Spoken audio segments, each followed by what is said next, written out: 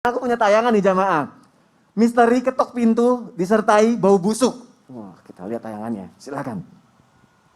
Kejadian teror ketuk pintu di Iskandar Putri terjadi di kawasan Taman Serimbun. Beberapa rumah warga dikejutkan oleh ketukan misterius di pintu rumahnya pagi dini hari, Jumat 11 Desember 2020. Kepala Desa Taman Serimbun Mosyafik Mohbani mengatakan kejadian itu terjadi pukul 00.36 waktu setempat setelah ia kembali menemui seorang temannya. Ia mengatakan sebelum beranjak tidur sempat bermain smartphone. Namun secara tiba-tiba ia mendengar ketukan di pintu depan dan belakang sekira 10 kali. Dikutip oleh seraminews.com dari Harian Metro, Selasa 15 Desember 2020, ia juga memeriksa rekaman CCTV yang dipasang di rumahnya, tetapi tidak melihat ada manusia atau hewan yang mengetuk pintunya.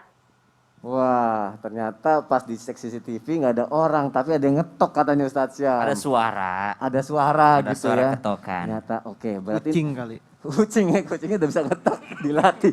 Ya Allah. Ustadz Syam, Iya. aku mau nanya nih, kalau misalnya nih, ini berhubungan apa sih? Mistis ya berarti ya kalau ini sebutannya? Mistis kan? Kalau misalnya ada, itu kan tadi kan ada yang ngetok pintu. Kalau misalnya lagi malam-malam di atap rumah tuh ada bunyi-bunyi, gudug-gudug gitu kan. Nah, itu ada yang bilang tuh katanya di situ ada kiriman sihir. Waduh. Atau ada jin muslim yang emang tinggalnya di atas loteng rumah kita gitu. Nah, aku juga pengen tahu nih, cara ngebedain kalau itu adalah kiriman sihir atau jin muslim yang ada di loteng atau tikus yang lagi jalan-jalan tuh bagaimana Ustaz?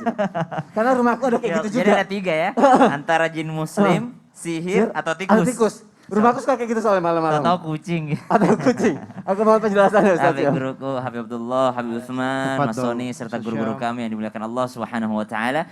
Bismillahirrahmanirrahim. Alhamdulillahirabbil alamin wassalatu wassalamu ala asyrafil anbiya'i wal mursalin sayyidina Muhammadin wa ala alihi wa sahbihi ajma'in. Asbahna wa asbahal mulku lillahi rabbil alamin. Subhanaka la ilma lana illa ma 'allamtana innaka antal alimul hakim. Rabbi shrah li sadri wa yassir li amri wahlul 'uqdatam min lisani yafqahu qawli waj'al li waziran min ahli. Amin amin amin ya rabbal alamin.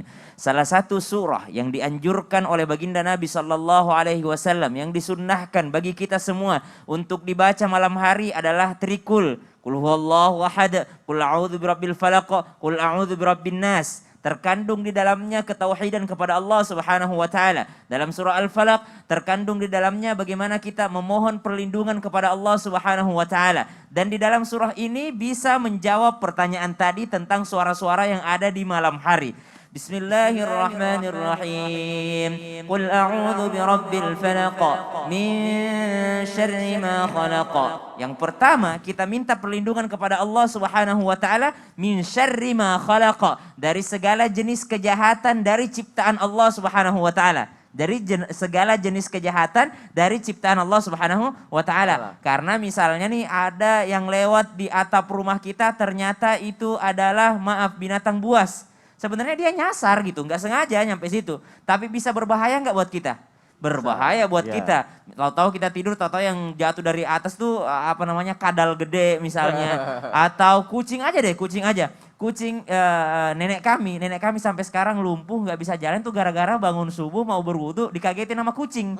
Padahal kucing nggak niat jahatin nenek gitu kan, nggak niat jahatin nenek. Tapi nenek terjatuh karena kaget, akhirnya sampai sekarang nggak bisa berdiri. Maka subhanallah sebenarnya kucingnya nggak niat jahat, tapi Allah katakan itu min syarri ma khalaq, dari kejahatan ciptaan Allah Subhanahu wa taala, baik yang mereka sengaja ataupun tidak sengaja. Jadi bisa saja binatang atau bisa saja yang lainnya. Kemudian wa min syarri ghasiqin idza waqab wa min syarrin naffatsati fil 'uqad. Nah, yang kedua tadi bisa jadi juga sihir.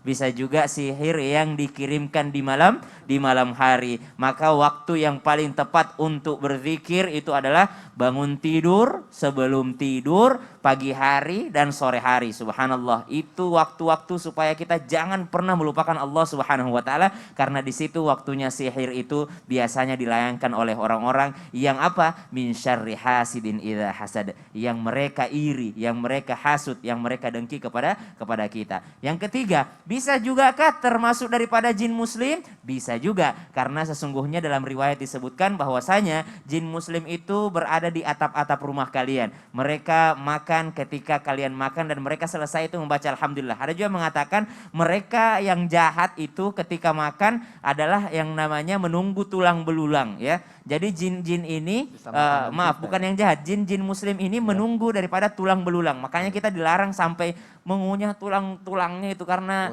Allah Subhanahu wa taala menciptakan untuk manusia dagingnya, setelah dimakan itu menjadi tulang. Ketika tulang itu sudah selesai kita makan, kita buang, itu Allah buat itu ada dagingnya lagi buat jin-jinnya.